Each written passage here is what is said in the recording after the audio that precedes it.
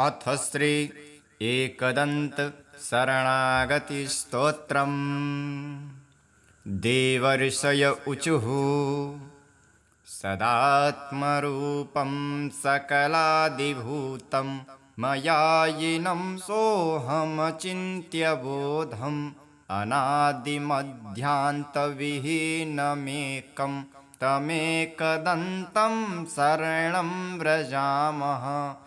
अनन्तचिद्रूपमयं गणेशं मभेदभेदादिविहीनमाद्यं हृदि प्रकाशस्य धरं स्वधिस्थं तमेकदन्तं शरणं व्रजामः।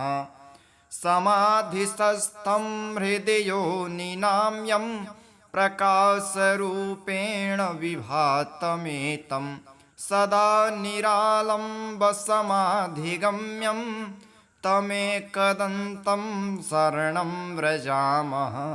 स्वबिम्बभावेन विशालयुक्तां प्रत्यक्षमायां विविधस्वरूपां स्ववीर्यकं तत्र ददाति यो वै तमेकदन्तं शरणं व्रजामः। त्वदीयवीर्येण समर्थभूत स्वमायया सञ्चरितं च विश्वं तुरीयकं ह्यात्मप्रतीतिसंज्ञं तमेकदन्तं शरणं व्रजामः। त्वदीयसत्ताधरमेकदन्तं गुणेश्वरं यं गुणबोधितारं भजन्तमत्यन्तमजं त्रिसन्ध्यं तमेकदन्तं शरणं व्रजामः। ततस्त्वया प्रेरितनादकेन सुषुप्तिसंज्ञं रचितं जगत् वै समानरूपं ह्युभयत्र संस्थं तमेकदन्तं शरणं व्रजामः। तदेव विश्वं कृपया प्रभूतं द्विभावमादौ तमसा विभान्तम् अनेकरूपं च तथैकभूतं तमेकदन्तं शरणं व्रजामः। ततस्त्वया प्रेरितकेन सृष्टं बभूव सूक्ष्मं जगदेकसंस्थं सुसात्विकं स्वप्नमनन्तमाद्यं तमेकदन्तं शरणं व्रजामः। तदेव स्वप्नं तपसा गणेशं सुसिद्ध्यरूपं विविधं बभूव सदैकरूपं कृपया च तेद्य तमेकदन्तं शरणं व्रजामः। त्वदाज्ञया तेन त्वया हृदिस्थं तथा सुसृष्टं जगदंशरूपं विभिन्नजाग्रन्मयमं प्रमेयं तमेकदन्तं शरणं व्रजामः। तदेव जाग्रद्दजसा विभातं विलोकितं त्वत्कृपया स्मृतेन बभूव भिन्नं च सदैकरूपं तमेकदन्तं शरणं व्रजामः। सदैव सृष्टिप्रकृतिस्वभात तदन्तरे त्वं च विभासि नित्यं धिया प्रदाता गणनाथ एकः तमेकदन्तं शरणं व्रजामः। त्वदाज्ञया भान्ति ग्रहाश्च सर्वे प्रकाशरूपाणि विभान्ति खेवै भ्रमन्ति नित्यं स्वविहारकार्या तमेकदन्तं शरणं व्रजामः। त्वदाज्ञया सृष्टिकरो विधाज्ञा त्वदाज्ञया पालक एकविष्णुः त्वदाज्ञया संहरको हरोऽपि तमेकदन्तं शरणं व्रजामः। यदाज्ञया भूमिजलेऽत्र संस्थे यदाज्ञयापः प्रवहन्ति नद्यः स्वतीर्थसंस्थश्च कृतः समुद्रः तमेकदन्तं शरणं व्रजामः। यदा यया देवगणादिविस्था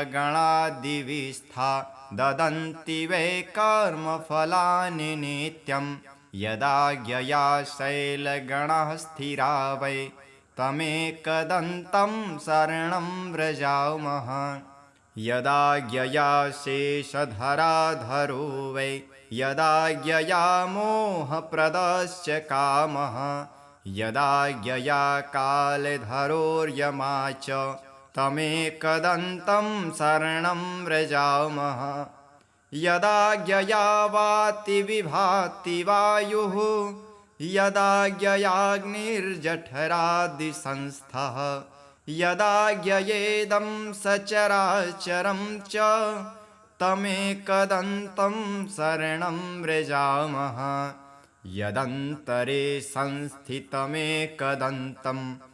तदा यया सर्वमिदं विभाति अनन्तरूपं हृदि बोधकं यः तमेकदन्तं शरणं व्रजामः सुयोगिनो योगबलेन सान्ध्यं प्रकुर्वते कः स्तवनेन स्तोति अतः प्रणामेन सुसिद्धिदोस्तु तमेकदन्तं शरणं व्रजामः कृत्समद उवाचः एवं स्तुत्वा गणेशानं देवाः समुनयः प्रभुं तुष्टिभावं प्रपद्यैव न नृत्युर्हसंयुतः सतानुवाच प्रीतात्मा देवर्षीणां स्त्वेन वै एकदंस्तो महाभागो देवर्षीन् भक्तवत्सलः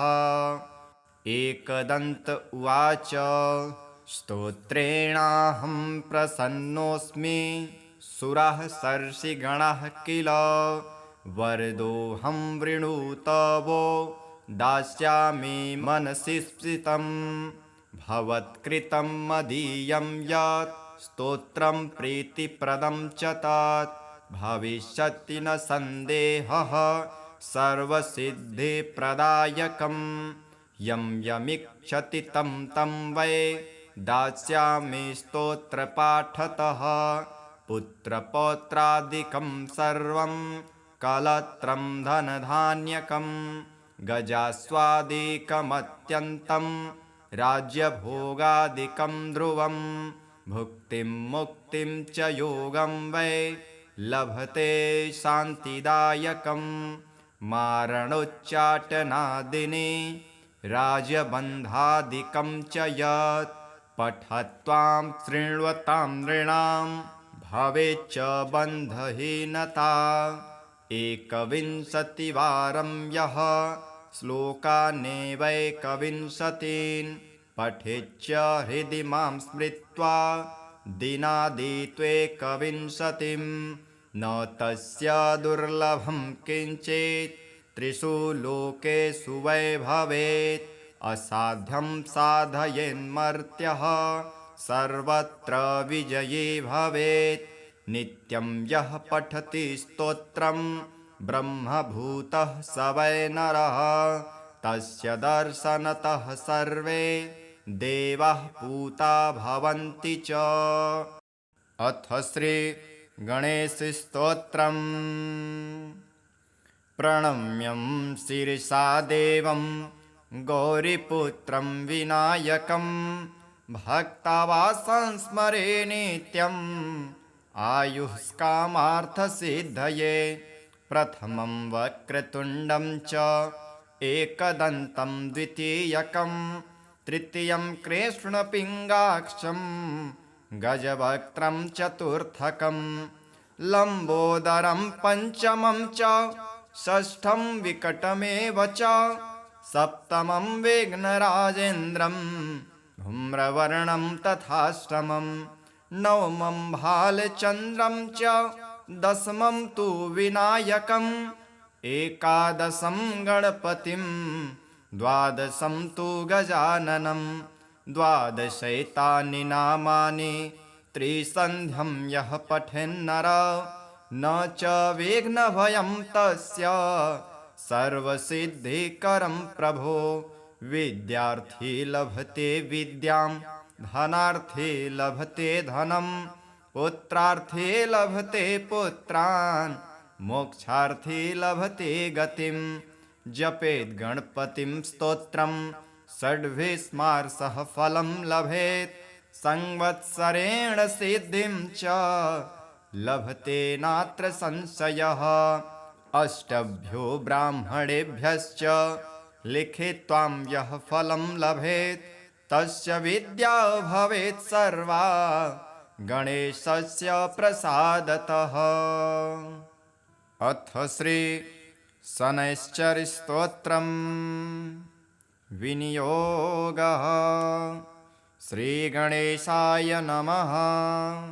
अस्य श्री शनैश्चरस्तोत्रस्य दशरथ ऋषिः शनैश्चरो देवता त्रिष्टुप्-छन्दः शनैश्चर प्रीत्यर्थ जपे विनियोगः। दशरथ उवाच कोणोऽन्तको रौद्रयमोऽथ बभ्रुः कृष्णः शनि पिङ्गलमन्दशौरिः नित्यं स्मृतो यो हरते च पीडां तस्मै नमः श्रीरविनन्दनाय। सुरासुरः किङ्पुरुषोरगेन्द्रा गन्धर्वविद्याधरपन्नगाश्च पीडन्ति सर्वे विषमस्थितेन तस्मै नमः श्रीरविनन्दनाय। नरा नरेन्द्रा पशवो मृगेन्द्रा वन्याश्च ये कीटपतङ्गभृङ्गा पीड्यन्ति सर्वे विषमस्थितेन तस्मै नमः श्रीरविनन्दनाय। देशाश्च दुर्गाणि वनानि यत्र सेनानिवेशा पुरपन्तनानि पीड्यन्ति सर्वे विषमस्थितेन तस्मै नमः श्रीरविनन्दनाय। तिलैर्यवैर्माशगुणान् दानै लोहेन नीलाम्बरदानतो वा पीडान्ति मन्त्रैर्निजवासरे च तस्मै नमः श्रीरविनन्दनाय। प्रयागकूले यमुनातटे च सरस्वती पुण्यजले गुहायां यो योगिनां ध्यानगतोऽपि सूक्ष्मः तस्मै नमः श्रीरविनन्दनाय। अन्यप्रदेशास्त्वगृहं प्रविष्टः तदीयवारे स नरः सुखी स्यात् गृहागतो यो न पुनः प्रयाति तस्मै नमः श्रीरविनन्दनाय। स्रष्टा स्वयंभूर्भुवनत्रयस्य त्राता हरिशो हरते पिनाकी एकस्त्रिधारिज्ञजुषां मूर्ति तस्मै नमः श्रीरविनन्दनाय।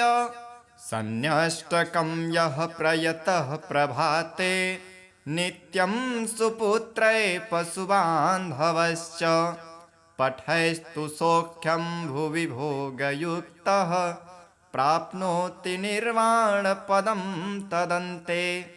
कोणस्थः पिङ्गलो बभ्रु कृष्णो रौद्रान्तको यमः सौरिः शनैश्चरो मन्दः पिप्पलादेन संस्तुतः। एतानि दशनामानि प्रातरुत्थाय यः पठेत् शनैश्चरकृता पीडा न कदाचित् भविष्यति। इति श्री ब्रह्माण्डपुराणे श्री शनैश्चरस्तोत्रं सम्पूर्णम्। देवर्षय ऊचुः सदात्मरूपं सकलादिभूतं मयायिनं सोऽहमचिन्त्य बोधम् अनादिमध्यान्तविहीनमेकं तमेकदन्तं शरणं व्रजामः। अनन्तचिद्रूपमयं गणेशं मभेदभेदादिविहीनमाद्यं हृदि प्रकाशस्य धरं स्वधिस्थं तमेकदन्तं शरणं व्रजामः समाधिस्थं हृदि योनिनाम्यं प्रकाशरूपेण विभातमेतं सदा निरालम्बसमाधिगम्यं तमेकदन्तं शरणं व्रजामः स्वबिम्बभावेन विशालयुक्तां प्रत्यक्षमायां विविधस्वरूपां स्ववीर्यकं तत्र ददाति यो वै तमेकदन्तं शरणं व्रजामः त्वदीयवीर्येण समर्थभूत स्वमायया सञ्चरितं च विश्वं तुरीयकं ह्यात्मप्रतीतिसंज्ञं तमेकदन्तं शरणं व्रजामः त्वदीयसत्ताधरमेकदन्तं गुणेश्वरं यं गुणबोधितारं भजन्तमत्यन्तमजं त्रिसन्ध्यं तमेकदन्तं शरणं व्रजामः ततस्त्वया प्रेरितनादकेन सुषुप्तिसंज्ञं रचितं जगत् वै समानरूपं ह्युभयत्र संस्थं तमेकदन्तं शरणं व्रजामः तदेव विश्वं कृपया प्रभूतं द्विभावमादौ तमसा विभान्तम् अनेकरूपं च तथैकभूतं तमेकदन्तं शरणं व्रजामः ततस्त्वया प्रेरितकेन सृष्टं बभूव सूक्ष्मं जगदेकसंस्थं सुसात्विकं स्वप्नमनन्तमाद्यं तमेकदन्तं शरणं व्रजामः तदेव स्वप्नं तपसा गणेशं सुसिद्ध्यरूपं विविधं बभूव सदैकरूपं कृपया च तेद्य तमेकदन्तं शरणं व्रजामः त्वदाज्ञया तेन त्वया हृदिस्थं तथा सुसृष्टं जगदंशरूपं विभिन्नजाग्रन्मयमं प्रमेयं तमेकदन्तं शरणं व्रजामः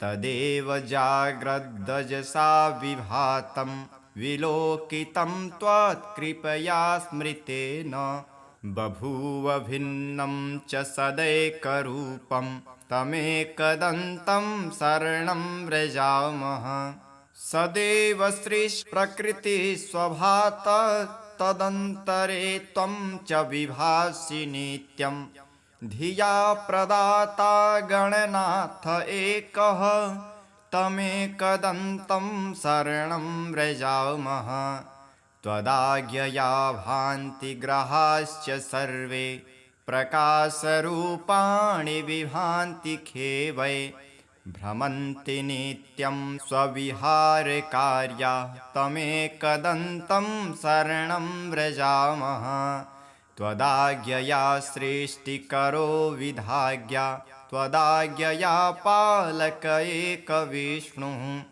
त्वदाज्ञया संहरको हरोऽपि तमेकदन्तं शरणं व्रजामः यदाज्ञया भूमिजलेऽत्र संस्थे यदाज्ञयापः प्रवहन्ति नद्यः स्वतीर्थसंस्थश्च कृतः समुद्रः तमेकदन्तं शरणं व्रजामः यदाज्ञया देवगणादिविस्था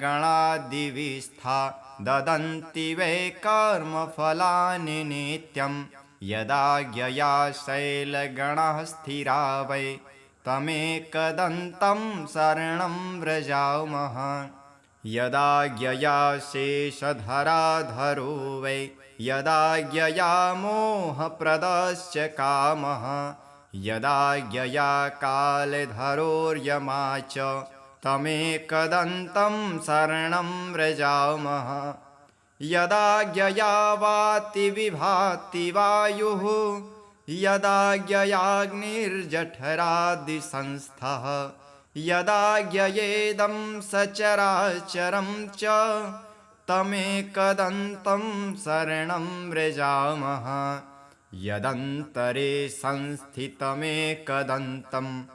तदाज्ञया सर्वमिदं विभाति अनन्तरूपं हृदि बोधकं यः तमेकदन्तं शरणं व्रजामः सुयोगिनो योगबलेन सान्ध्यं प्रकुर्वते कः स्तवनेन स्तोति अतः प्रणामेन सुसिद्धिदोस्तु तमेकदन्तं शरणं व्रजामः।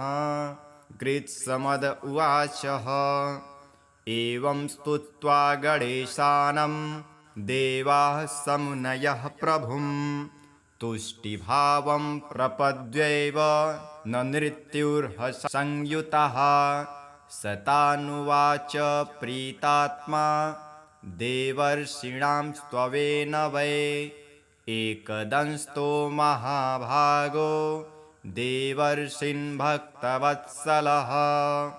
एकदन्त उवाच स्तोत्रेणाहं प्रसन्नोऽस्मि सुराः सर्षिगणाः किल वरदोऽहं वृणुतवो दास्यामि मनसि स्फीतं भवत्कृतं मदीयं यत् स्तोत्रं प्रीतिप्रदं च तत् भविष्यति न सन्देहः सर्वसिद्धिप्रदायकम् यं यमिच्छति तं तं वै दास्यामि स्तोत्रपाठतः पुत्रपौत्रादिकं सर्वं कलत्रं धनधान्यकं गजास्वादिकमत्यन्तं राज्यभोगादिकं ध्रुवं भुक्तिं मुक्तिं च योगं वै लभते शान्तिदायकं मारणोच्चाटनादिनी राजबन्धादिकं च यत् पठत्वां शृण्वतां नृणां भवेच्च बन्धहीनता एकविंशतिवारं यः श्लोकानेवैकविंशतीन् पठेच्च हृदि मां स्मृत्वा दिनादित्वेकविंशतिं न तस्य दुर्लभं किञ्चित् त्रिषु लोकेषु वै भवेत् असाध्यं साधयेन्मर्त्यः सर्वत्र विजयी भवेत् नित्यं यः पठति स्तोत्रं ब्रह्मभूतः स वै नरः तस्य दर्शनतः सर्वे देवाः पूता भवन्ति च। अथ श्री गणेशस्तोत्रम्। प्रणम्यं शिरसा देवं गौरीपुत्रं विनायकं भक्तावासं स्मरे नित्यम् आयुष्कामार्थसिद्धये प्रथमं वक्रतुण्डं च एकदन्तं द्वितीयकं तृतीयं कृष्णपिङ्गाक्षं गजवक्त्रं चतुर्थकं लम्बोदरं पञ्चमं च षष्ठं विकटमेव च सप्तमं विघ्नराजेन्द्रं धूम्रवर्णं तथाष्टमं नवमं भालचन्द्रं च दशमं तु विनायकम् एकादशं गणपतिं द्वादशं तु गजाननं द्वादशैतानि नामानि त्रिसन्ध्यं यः पठेन्नर न च विघ्नभयं तस्य सर्वसिद्धिकरं प्रभो विद्यार्थी लभते विद्यां धनार्थी लभते धनं पुत्रार्थी लभते पुत्रान् मोक्षार्थी लभते गतिं जपेत् गणपतिं स्तोत्रं षड्भिस्मार्षः फलं लभेत् संवत्सरेण सिद्धिं च लभते नात्र संशयः अष्टभ्यो ब्राह्मणेभ्यश्च लिखित्वां यः फलं लभेत् तस्य विद्या भवेत् सर्वा गणेशस्य प्रसादतः। अथ श्री शनैश्चरस्तोत्रम् विनियोगः। श्रीगणेशाय नमः। अस्य श्री शनैश्चरस्तोत्रस्य दशरथ ऋषिः शनैश्चरो देवता त्रिष्टुप् छन्दः शनैश्चर प्रीत्यर्थ जपे विनियोगः। दशरथ उवाच कोणोऽन्तको रौद्रयमोऽथ बभ्रुः कृष्णः शनि पिङ्गलमन्दशौरिः नित्यं स्मृतो यो हरते च पीडां तस्मै नमः श्रीरविनन्दनाय। सुरासुरः किङ्पुरुषोरगेन्द्रा गन्धर्वविद्याधरपन्नगाश्च पीडन्ति सर्वे विषमस्थितेन तस्मै नमः श्रीरविनन्दनाय। नरा नरेन्द्रा पशवो मृगेन्द्रा वन्याश्च ये कीटपतङ्गभृङ्गा पीड्यन्ति सर्वे विषमस्थितेन तस्मै नमः श्रीरविनन्दनाय। देशाश्च दुर्गाणि वनानि यत्र सेनानिवेशा पुरपन्तनानि पीड्यन्ति सर्वे विषमस्थितेन तस्मै नमः श्रीरविनन्दनाय। तिलैर्यवैर्माशगुणान् दानै लोहेन नीलाम्बरदानतो वा पीडान्ति मन्त्रैर्निजवासरे च तस्मै नमः श्रीरविनन्दनाय। प्रयागकूले यमुनातटे च सरस्वती पुण्यजले गुहायां यो योगिनां ध्यानगतोऽपि सूक्ष्मः तस्मै नमः श्रीरविनन्दनाय।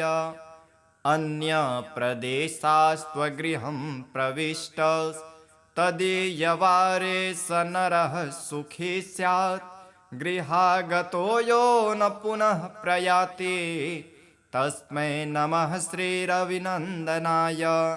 स्रष्टा स्वयंभूर्भुवनत्रयस्य त्राता हरिशो हरते पिनाकी एकस्त्रिधारिज्ञजुषां मूर्ति तस्मै नमः श्रीरविनन्दनाय। सन्न्यष्टकं यः प्रयतः प्रभाते नित्यं सुपुत्रै पशुबान्धवश्च पठैस्तु सौख्यं भुवि भोगयुक्तः प्राप्नोति निर्वाणपदं तदन्ते। कोणस्थः पिङ्गलो बभ्रु कृष्णो रौद्रान्तको यमः सौरिः शनैश्चरो मन्दः पिप्पलादेन संस्तुतः। एतानि दशनामानि प्रातरुत्थाय यः पठेत् शनैश्चरकृता पीडा न कदाचित् भविष्यति। इति श्री ब्रह्माण्डपुराणे श्री शनैश्चरस्तोत्रं सम्पूर्णम्। देवर्षय ऊचुः सदात्मरूपं सकलादिभूतं मयायिनं सोऽहमचिन्त्य बोधम् अनादिमध्यान्तविहीनमेकं तमेकदन्तं शरणं व्रजामः। अनन्तचिद्रूपमयं गणेशं मभेदभेदादिविहीनमाद्यं हृदि प्रकाशस्य धरं स्वधिस्थं तमेकदन्तं शरणं व्रजामः। समाधिस्थं हृदि योनिनां यं प्रकाशरूपेण विभातमेतं सदा निरालम्बसमाधिगम्यं तमेकदन्तं शरणं व्रजामः। स्वबिम्बभावेन विशालयुक्तां प्रत्यक्षमायां विविधस्वरूपां स्ववीर्यकं तत्र ददाति यो वै तमेकदन्तं शरणं व्रजामः त्वदीयवीर्येण समर्थभूत स्वमायया सञ्चरितं च विश्वं तुरीयकं ह्यात्मप्रतीतिसंज्ञं तमेकदन्तं शरणं व्रजामः त्वदीयसत्ताधरमेकदन्तं गुणेश्वरं यं गुणबोधितारं भजन्तमत्यन्तमजं त्रिसन्ध्यं तमेकदन्तं शरणं व्रजामः ततस्त्वया प्रेरितनादकेन सुषुप्तिसंज्ञं रचितं जगत् वै समानरूपं ह्युभयत्र संस्थं तमेकदन्तं शरणं व्रजामः तदेव विश्वं कृपया प्रभूतं द्विभावमादौ तमसा विभान्तम् अनेकरूपं च तथैकभूतं तमेकदन्तं शरणं व्रजामः ततस्त्वया प्रेरितकेन सृष्टं बभूव सूक्ष्मं जगदेकसंस्थं सुसात्विकं स्वप्नमनन्तमाद्यं तमेकदन्तं शरणं व्रजामः तदेव स्वप्नं तपसा गणेशं सुसिद्ध्यरूपं विविधं बभूव सदैकरूपं कृपया च तेद्य तमेकदन्तं शरणं व्रजामः त्वदाज्ञया तेन त्वया हृदिस्थं तथा सुसृष्टं जगदंशरूपं विभिन्नजाग्रन्मयमं प्रमेयं तमेकदन्तं शरणं व्रजामः तदेव जाग्रद्दजसा विभातं विलोकितं त्वत्कृपया स्मृतेन बभूव भिन्नं च सदैकरूपं तमेकदन्तं शरणं व्रजामः सदैव सृष्टिप्रकृतिस्वभात तदन्तरे त्वं च विभासि नित्यं धिया प्रदाता गणनाथ एकः तमेकदन्तं शरणं व्रजामः त्वदाज्ञया भान्ति ग्रहाश्च सर्वे प्रकाशरूपाणि विभान्ति खेवै भ्रमन्ति नित्यं स्वविहारकार्या तमेकदन्तं शरणं व्रजामः त्वदाज्ञया सृष्टिकरो विधाज्ञा त्वदाज्ञया पालक एकविष्णुः त्वदाज्ञया संहरको हरोऽपि तमेकदन्तं शरणं व्रजामः यदाज्ञया भूमिजलेऽत्र संस्थे यदाज्ञयापः प्रवहन्ति नद्यः स्वतीर्थसंस्थश्च कृतः समुद्रः तमेकदन्तं शरणं व्रजामः यदाज्ञया देवगणादिविस्था ददन्ति वै कर्मफलानि नित्यं यदाज्ञया शैलगणाः स्थिरा वै तमेकदन्तं शरणं व्रजामः यदाज्ञया शेषधराधरो वै यदाज्ञया मोहप्रदश्च कामः यदाज्ञया कालधरोर्यमा च तमेकदन्तं शरणं व्रजामः यदाज्ञया वाति विभाति वायुः यदाज्ञयाग्निर्जठरादिसंस्थः यदाज्ञयेदं सचराचरं च तमेकदन्तं शरणं व्रजामः यदन्तरे संस्थितमेकदन्तं तदाज्ञया सर्वमिदं विभाति अनन्तरूपं हृदि बोधकं यः तमेकदन्तं शरणं व्रजामः सुयोगिनो योगबलेन सान्ध्यं प्रकुर्वते कः स्तवनेन स्तोति अतः प्रणामेन सुसिद्धिदोस्तु तमेकदन्तं शरणं व्रजामः। कृत्समद उवाचः एवं स्तुत्वा गणेशानं देवाः समुनयः प्रभुं तुष्टिभावं प्रपद्यैव न नृत्युर्हसंयुतः। सतानुवाच प्रीतात्मा देवर्षीणां स्तवेन वै एकदंस्तो महाभागो देवर्षीन् भक्तवत्सलः। एकदन्त उवाच स्तोत्रेणाहं प्रसन्नोऽस्मि सुराः सर्षिगणाः किल वरदोऽहं वृणुतवो दास्यामि मनसि स्फीतं भवत्कृतं मदीयं यत् स्तोत्रं प्रीतिप्रदं च तत् भविष्यति न सन्देहः सर्वसिद्धिप्रदायकम् यं यमिच्छति तं तं वै दास्यामि स्तोत्रपाठतः पुत्रपौत्रादिकं सर्वं कलत्रं धनधान्यकं गजास्वादिकमत्यन्तं राज्यभोगादिकं ध्रुवं भुक्तिं मुक्तिं च योगं वै लभते शान्तिदायकं मारणोच्चाटनादिनी राजबन्धादिकं च यत् पठत्वां शृण्वतां नृणां भवेच्च बन्धहीनता। एकविंशतिवारं यः श्लोकानेवैकविंशतीन् पठेच्च हृदि मां स्मृत्वा दिनादित्वेकविंशतिं न तस्य दुर्लभं किञ्चित् त्रिषु लोकेषु वै भवेत् असाध्यं साधयेन्मर्त्यः सर्वत्र विजयी भवेत्।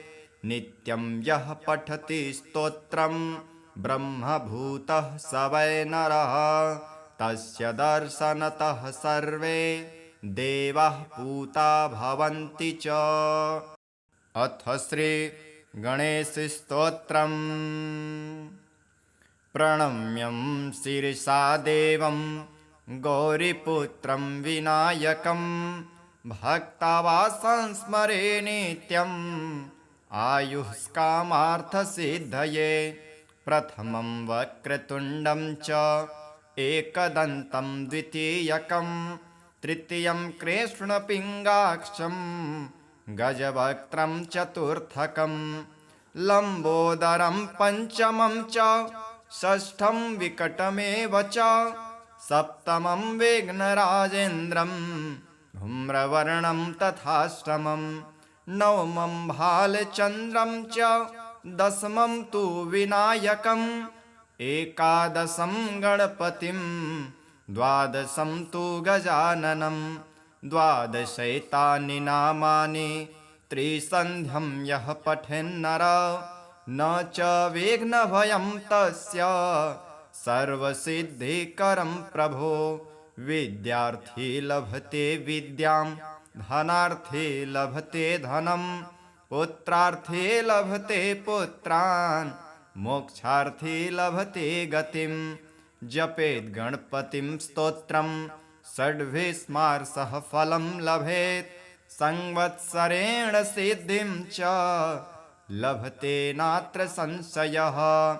अष्टभ्यो ब्राह्मणेभ्यश्च लिखित्वां यः फलं लभेत् तस्य विद्या भवेत् सर्वा गणेशस्य प्रसादतः।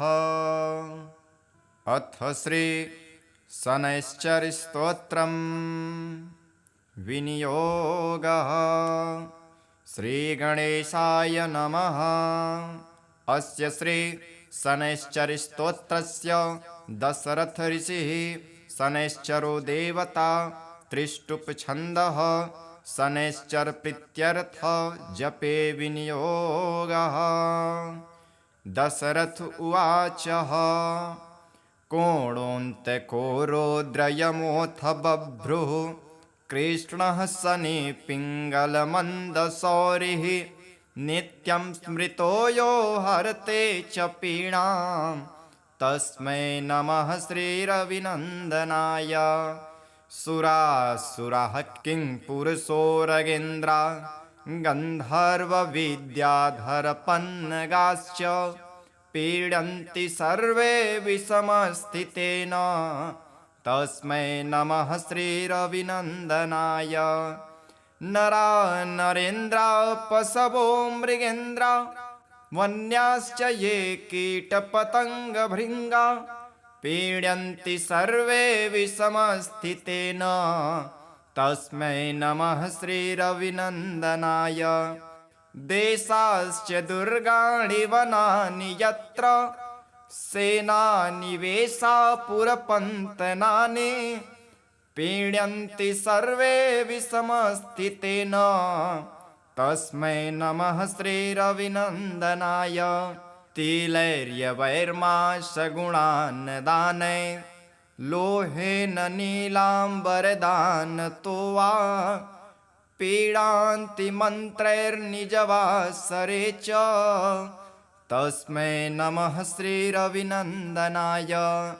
प्रयागकूले यमुनातटे च सरस्वती पुण्यजले गुहायां यो योगिनां ध्यानगतोऽपि सूक्ष्म तस्मै नमः श्रीरविनन्दनाय।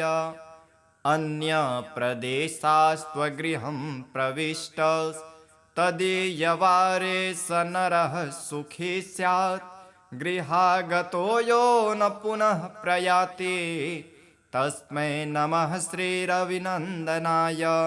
स्रष्टा स्वयंभूर्भुवनत्रयस्य त्राता हरिशो हरते पिनाकी एकस्त्रिधारिज्ञजुषां मूर्ति तस्मै नमः श्रीरविनन्दनाय।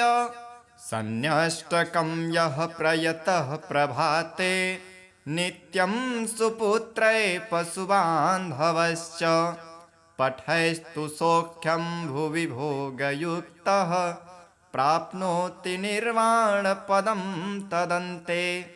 कोणस्थः पिङ्गलो बभ्रो कृष्णो रौद्रान्तको यमः सौरिः शनैश्चरो मन्दः पिप्पलादेन संस्तुतः।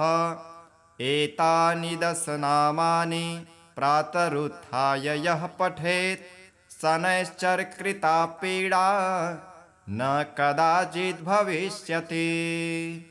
इति श्री ब्रह्माण्डपुराणे श्री शनैश्चर स्तोत्रं सम्पूर्णम्। देवर्षय ऊचुः सदात्मरूपं सकलादिभूतं मयायिनं सोऽहमचिन्त्य बोधम् अनादिमध्यान्तविहीनमेकं तमेकदन्तं शरणं व्रजामः।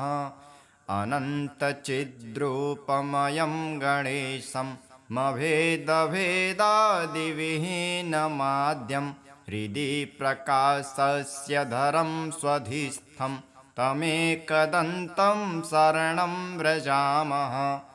समाधिस्थं हृदि योनिनां यं प्रकाशरूपेण विभातमेतं सदा निरालम्बसमाधिगम्यं तमेकदन्तं शरणं व्रजामः। स्वबिम्बभावेन विशालयुक्तां प्रत्यक्षमायां विविधस्वरूपां स्ववीर्यकं तत्र ददाति यो वै तमेकदन्तं शरणं व्रजामः। त्वदीयवीर्येण समर्थभूत स्वमायया सञ्चरितं च विश्वं तुरीयकं ह्यात्मप्रतीतिसंज्ञं तमेकदन्तं शरणं व्रजामः। त्वदीयसत्ताधरमेकदन्तं गुणेश्वरं यं गुणबोधितारं भजन्तमत्यन्तमजं त्रिसन्ध्यं तमेकदन्तं शरणं व्रजामः ततस्त्वया प्रेरितनादकेन सुषुप्तिसंज्ञं रचितं जगत् वै समानरूपं ह्युभयत्र संस्थं तमेकदन्तं शरणं व्रजामः तदेव विश्वं कृपया प्रभूतं द्विभावमादौ तमसा विभान्तम् अनेकरूपं च तथैकभूतं तमेकदन्तं शरणं व्रजामः ततस्त्वया प्रेरितकेन सृष्टं बभूव सूक्ष्मं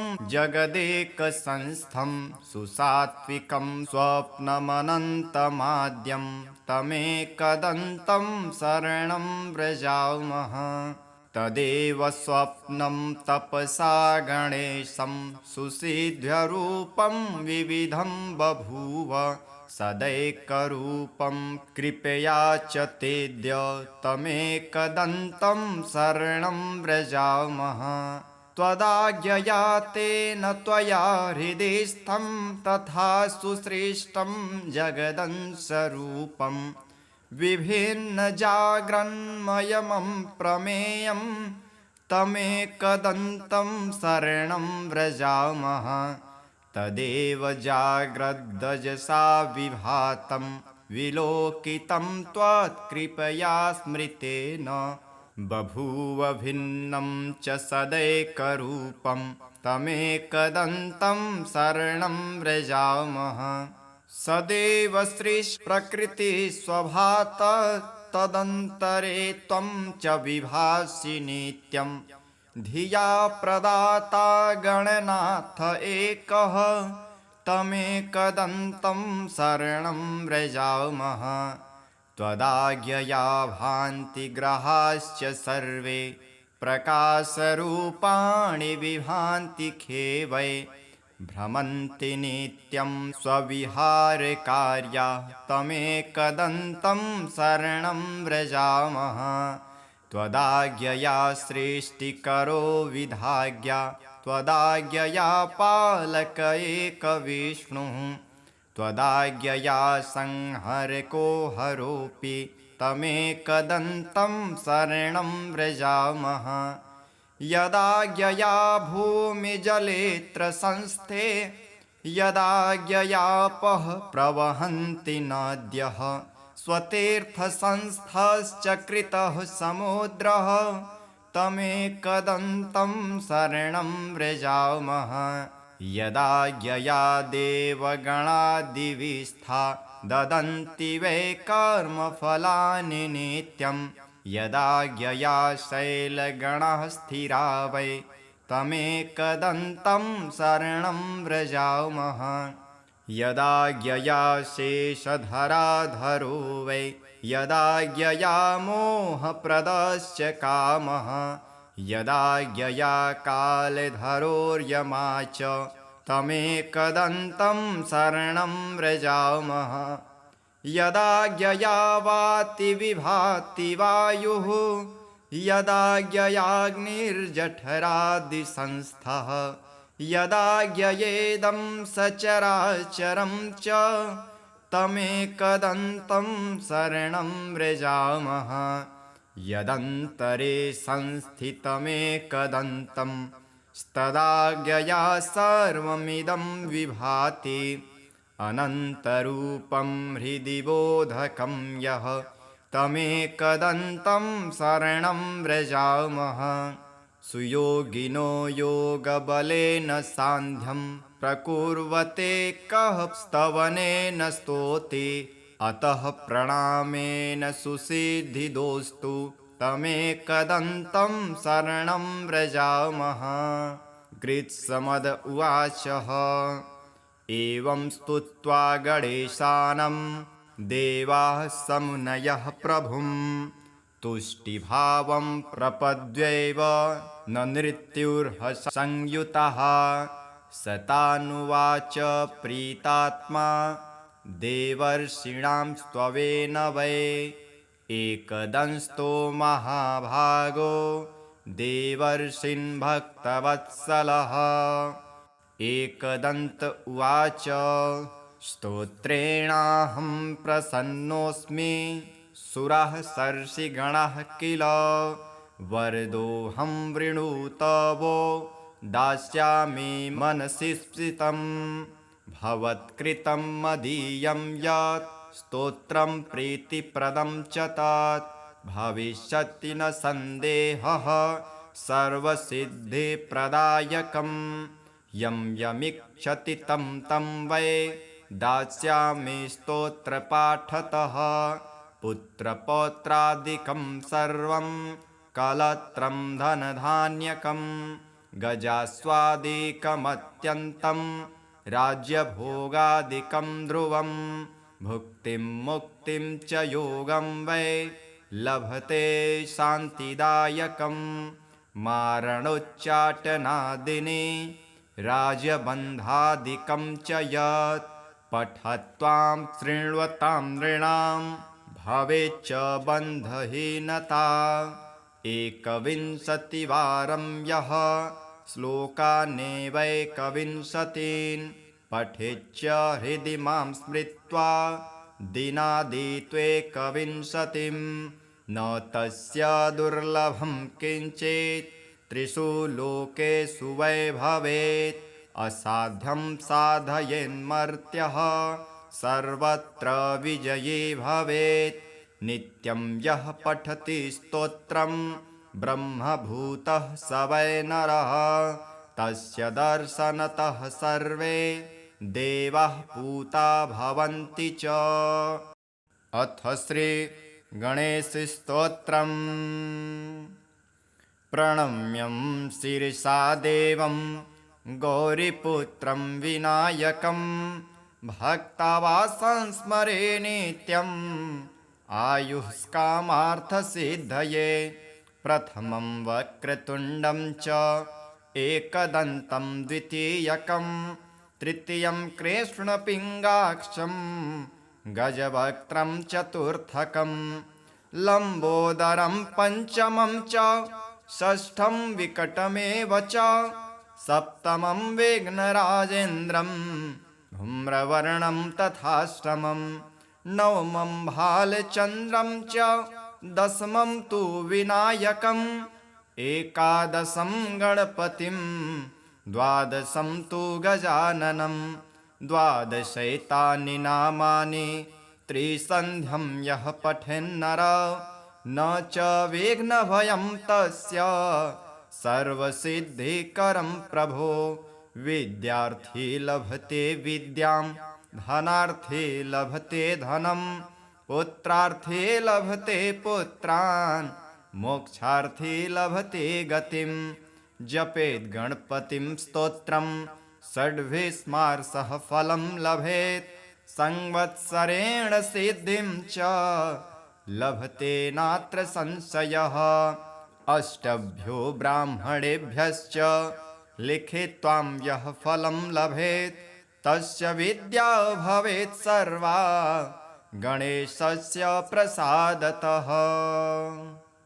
अथ श्री शनैश्चरस्तोत्रम्। विनियोगः। श्रीगणेशाय नमः। अस्य श्री शनैश्चरस्तोत्रस्य दशरथ ऋषिः शनैश्चरो देवता त्रिष्टुप्छन्दः शनैश्चर प्रीत्यर्थ जपे विनियोगः। दशरथ उवाच कोणोऽन्तको रौद्रयमोऽथ बभ्रुः कृष्णः शनि पिङ्गलमन्दशौरिः नित्यं स्मृतो यो हरते च पीडां तस्मै नमः श्रीरविनन्दनाय। सुरासुरः किङ्पुरुषोरगेन्द्रा गन्धर्वविद्याधरपन्नगाश्च पीडन्ति सर्वे विषमस्थितेन तस्मै नमः श्रीरविनन्दनाय। नरा नरेन्द्रा पशवो मृगेन्द्रा वन्याश्च ये कीटपतङ्गभृङ्गा पीड्यन्ति सर्वे विषमस्थितेन तस्मै नमः श्रीरविनन्दनाय। देशाश्च दुर्गाणि वनानि यत्र सेनानिवेशा पुरपन्तनानि पीड्यन्ति सर्वे विषमस्थितेन तस्मै नमः श्रीरविनन्दनाय। तिलैर्यवैर्माशगुणान् दानै लोहेन नीलाम्बरदानतो वा पीडान्ति मन्त्रैर्निजवासरे च तस्मै नमः श्रीरविनन्दनाय। प्रयागकूले यमुनातटे च सरस्वती पुण्यजले गुहायां यो योगिनां ध्यानगतोऽपि सूक्ष्मः तस्मै नमः श्रीरविनन्दनाय। अन्यप्रदेशास्त्वगृहं प्रविष्टः तदीयवारे स नरः सुखी स्यात् गृहागतो यो न पुनः प्रयाति तस्मै नमः श्रीरविनन्दनाय। स्रष्टा स्वयंभूर्भुवनत्रयस्य त्राता हरिशो हरते पिनाकी एकस्त्रिधारिज्ञजुषां मूर्ति तस्मै नमः श्रीरविनन्दनाय। सन्न्यष्टकं यः प्रयतः प्रभाते नित्यं सुपुत्रै पशुबान्धवश्च पठैस्तु सौख्यं भुवि भोगयुक्तः प्राप्नोति निर्वाणपदं तदन्ते। कोणस्थः पिङ्गलो बभ्रो कृष्णो रौद्रान्तको यमः सौरिः शनैश्चरो मन्दः पिप्पलादेन संस्तुतः। एतानि दशनामानि प्रातरुत्थाय यः पठेत् शनैश्चरकृता पीडा न कदाचित् भविष्यति। इति श्री ब्रह्माण्डपुराणे श्री शनैश्चर स्तोत्रं सम्पूर्णम्। देवर्षय ऊचुः सदात्मरूपं सकलादिभूतं मयायिनं सोऽहमचिन्त्य बोधम् अनादिमध्यान्तविहीनमेकं तमेकदन्तं शरणं व्रजामः। अनन्तचिद्रूपमयं गणेशं मभेदभेदादिविहीनमाद्यं हृदि प्रकाशस्य धरं स्वधिस्थं तमेकदन्तं शरणं व्रजामः। समाधिस्थं हृदि योनिनां यं प्रकाशरूपेण विभातमेतं सदा निरालम्बसमाधिगम्यं तमेकदन्तं शरणं व्रजामः। स्वबिम्बभावेन विशालयुक्तां प्रत्यक्षमायां विविधस्वरूपां स्ववीर्यकं तत्र ददाति यो वै तमेकदन्तं शरणं व्रजामः। त्वदीयवीर्येण समर्थभूत स्वमायया सञ्चरितं च विश्वं तुरीयकं ह्यात्मप्रतीतिसंज्ञं तमेकदन्तं शरणं व्रजामः। त्वदीयसत्ताधरमेकदन्तं गुणेश्वरं यं गुणबोधितारं भजन्तमत्यन्तमजं त्रिसन्ध्यं तमेकदन्तं शरणं व्रजामः। ततस्त्वया प्रेरितनादकेन सुषुप्तिसंज्ञं रचितं जगत् वै समानरूपं ह्युभयत्र संस्थं तमेकदन्तं शरणं व्रजामः। तदेव विश्वं कृपया प्रभूतं द्विभावमादौ तमसा विभान्तम् अनेकरूपं च तथैकभूतं तमेकदन्तं शरणं व्रजामः। ततस्त्वया प्रेरितकेन सृष्टं बभूव सूक्ष्मं जगदेकसंस्थं सुसात्विकं स्वप्नमनन्तमाद्यं तमेकदन्तं शरणं व्रजामः। तदेव स्वप्नं तपसा गणेशं सुसिद्ध्यरूपं विविधं बभूव सदैकरूपं कृपया च तेद्य तमेकदन्तं शरणं व्रजामः। त्वदाज्ञया तेन त्वया हृदिस्थं तथा सुसृष्टं जगदंशरूपं विभिन्नजाग्रन्मयमं प्रमेयं तमेकदन्तं शरणं व्रजामः। तदेव जाग्रद्दजसा विभातं विलोकितं त्वत्कृपया स्मृतेन बभूव भिन्नं च सदैकरूपं तमेकदन्तं शरणं व्रजामः। सदैव सृष्टिप्रकृतिस्वभात तदन्तरे त्वं च विभासि नित्यं धिया प्रदाता गणनाथ एकः तमेकदन्तं शरणं व्रजामः। त्वदाज्ञया भान्ति ग्रहाश्च सर्वे प्रकाशरूपाणि विभान्ति खेवै भ्रमन्ति नित्यं स्वविहारकार्या तमेकदन्तं शरणं व्रजामः। त्वदाज्ञया सृष्टिकरो विधाज्ञा त्वदाज्ञया पालक एकविष्णुः त्वदाज्ञया संहरको हरोऽपि तमेकदन्तं शरणं व्रजामः। यदाज्ञया भूमिजलेऽत्र संस्थे यदाज्ञयापः प्रवहन्ति नद्यः स्वतीर्थसंस्थश्च कृतः समुद्रः तमेकदन्तं शरणं व्रजामः। यदाज्ञया देवगणादिविस्था ददन्ति वै कर्मफलानि नित्यं यदाज्ञया शैलगणाः स्थिरा वै तमेकदन्तं शरणं व्रजामः।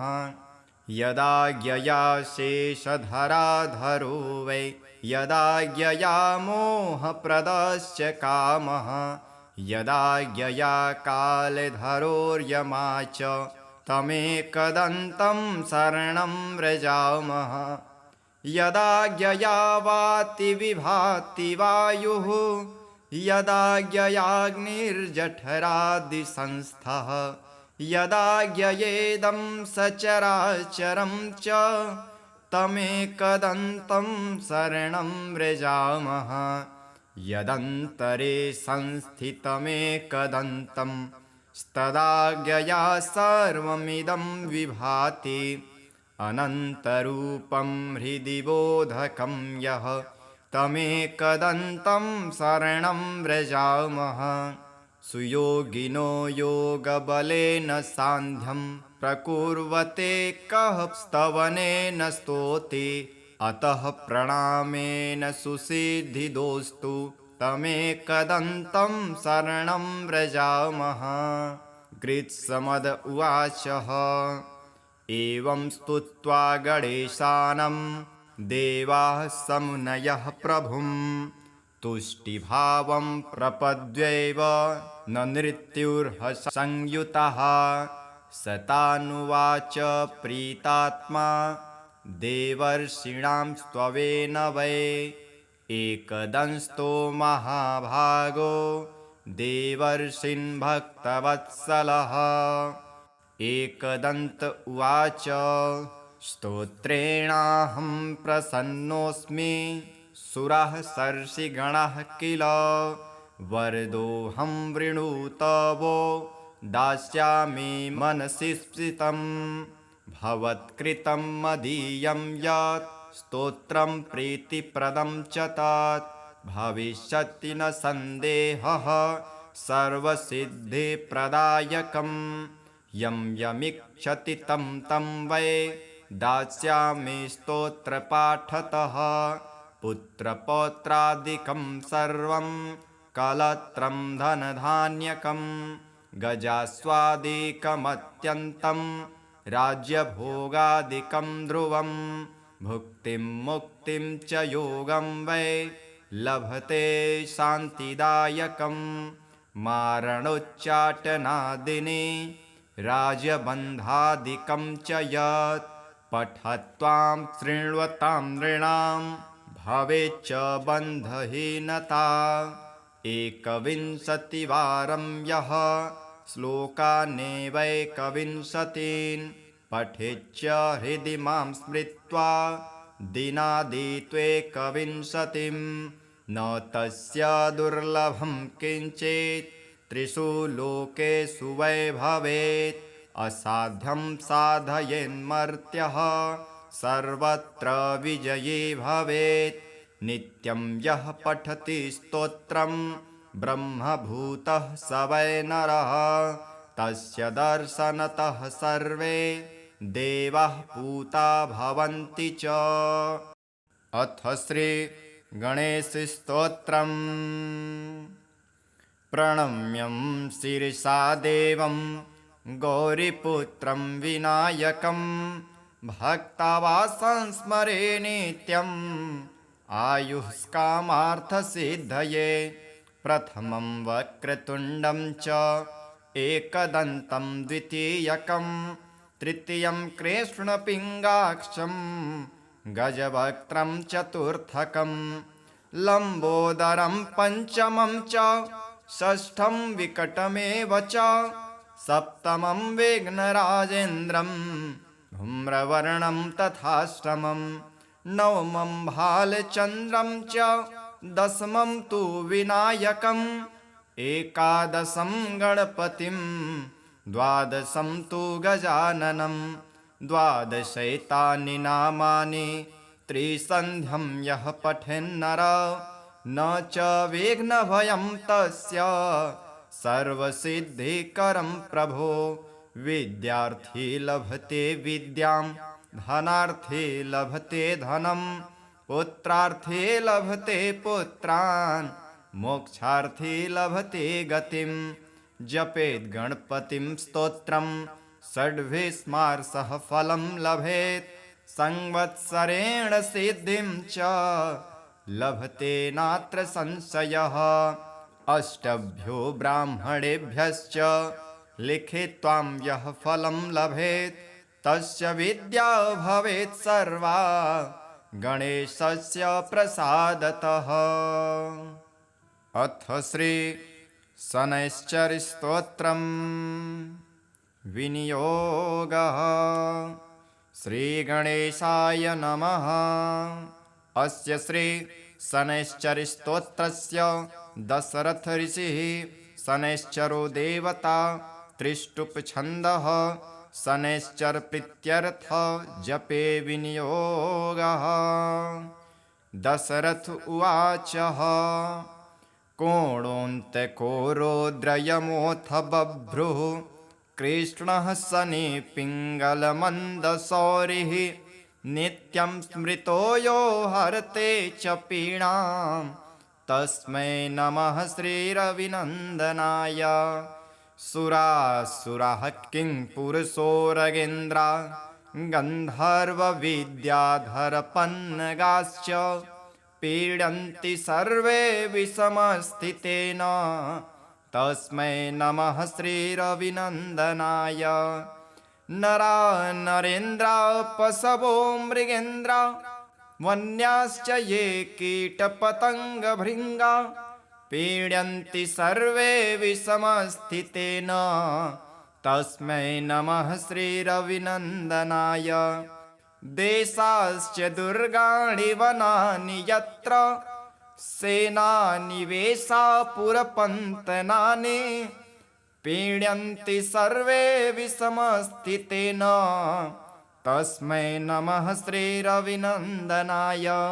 तिलैर्यवैर्माशगुणान् दानै लोहेन नीलाम्बरदानतो वा पीडान्ति मन्त्रैर्निजवासरे च तस्मै नमः श्रीरविनन्दनाय प्रयागकूले यमुनातटे च सरस्वती पुण्यजले गुहायां यो योगिनां ध्यानगतोऽपि सूक्ष्म तस्मै नमः श्रीरविनन्दनाय अन्यप्रदेशास्त्वगृहं प्रविष्ट तदीयवारे स नरः सुखी स्यात् गृहागतो यो न पुनः प्रयाति तस्मै नमः श्रीरविनन्दनाय स्रष्टा स्वयंभूर्भुवनत्रयस्य त्राता हरिशो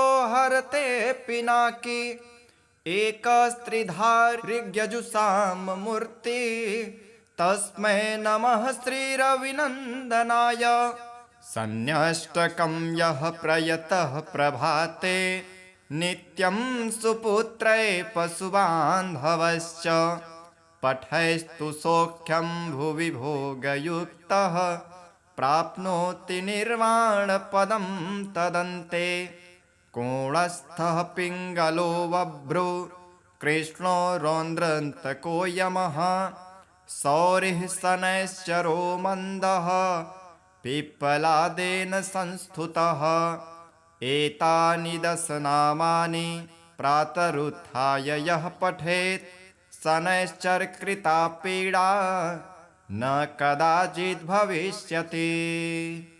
इति श्री ब्रह्माण्डपुराणे श्री शनैश्चर स्तोत्रं सम्पूर्णम्।